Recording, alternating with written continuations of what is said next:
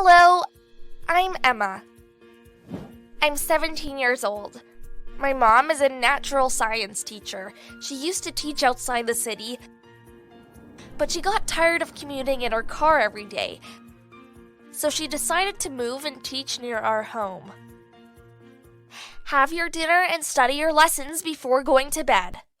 But I don't have any difficulty in any subject, so why should I revise?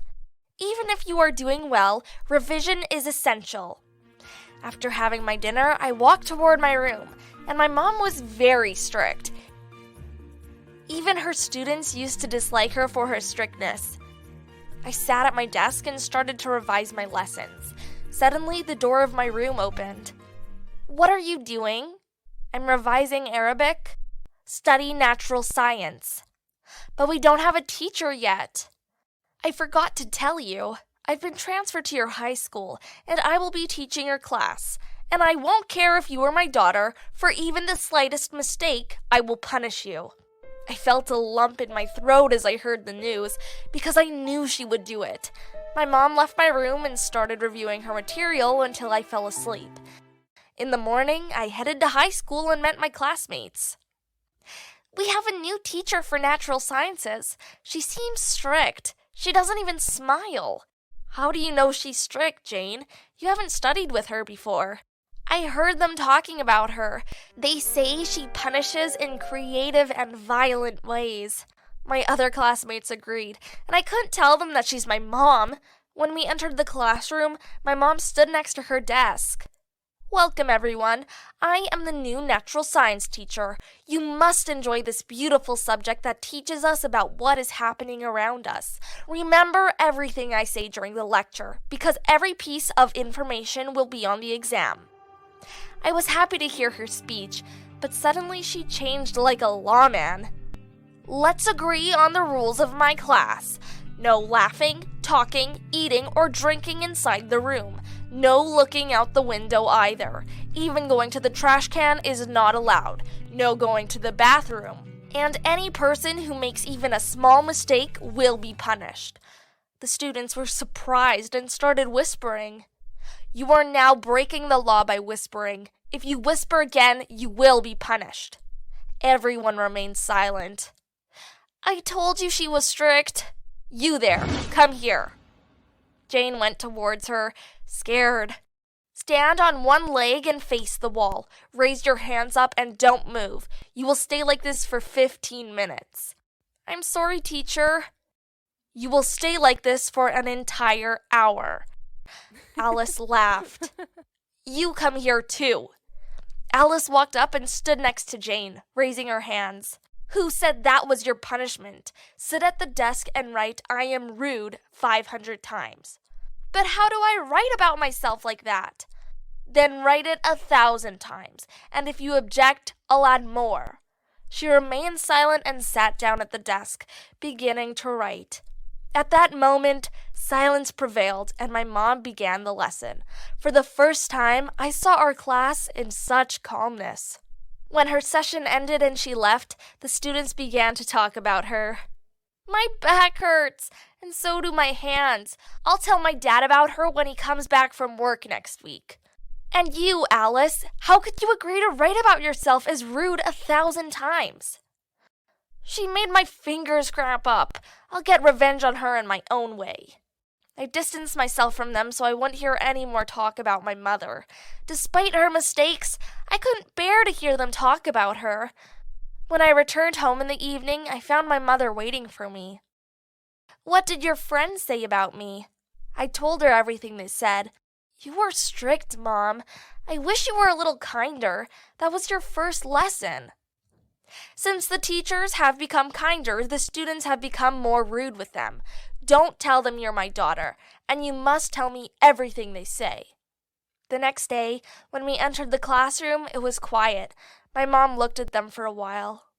"Jane, then you want to tell your father about me? Come here, and spin around to yourself quickly for 5 minutes." Jane started spinning for a full 5 minutes until she fell to the ground.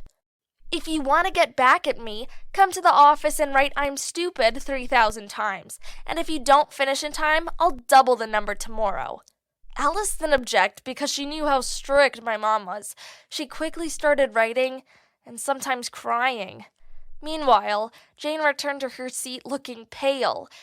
When the lesson ended and we left, Alice was crying and wondering who told the teacher what we said. Jane suggested that we should observe our other classmates to find out who did it. Oh my God, who betrayed us? And what will they gain from it? Maybe they want extra points. Then our twin friends, Bella and Mary, came over. She's a savage teacher. If you want to complain to the principal, we'll testify. They already know her methods, so they won't do anything to her. I won't complain. Instead, we'll come up with a plan for revenge. We'll spray her with the sedative we brought last year, then we'll tie her to the chair. I'll be with you guys. I'll be with you too. We'll get revenge on her, the most extreme revenge. Don't ask me why I said that. I was afraid they would discover my secret. When I got home, my mom asked me, I'll tell you, but don't punish them this time. They'll be sure I'm the one who snitched. I trusted her and told her, but the next day, she called their parents. What about you? Didn't you call your dad? I'm scared, and my parents are divorced. I'm afraid he'll use that as an excuse to take me to him. I think it was you who snitched on us. The 5 of us were together, and you were the only one who didn't get the call. I started shaking and was afraid of the embarrassment. After class ended, I called my mom and told her what Jane said. In the next class, the supervisor entered. This is a summons for Emma. I pretended to cry. Jane, Alice, Emma, Bella, and Marie, you won't come tomorrow unless you're accompanied by your parents. Don't cry and show your weakness. Bring your mom instead of your dad so your dad won't hear. I agree with you. I won't bring my dad either. I'll bring our neighbor instead so my dad won't hear. But keep this between us. I don't want to tell the rest of my friends because I don't trust them. And of course, I told my mom about her plan. On the next morning, be late to class so they won't ask about your guardian in front of your friends. Don't forget, Mom, not to tell Jane about the truth of her father. But as soon as she arrived, my mom began receiving my friends' guardians, scolding them one by one until she found Jane with her father there. Give me your ID cards, sir. But you didn't ask for it from those who came before me. Because I know you're not the father and that you're her neighbor. He smiled and said, but I am her father, and gave her the ID card.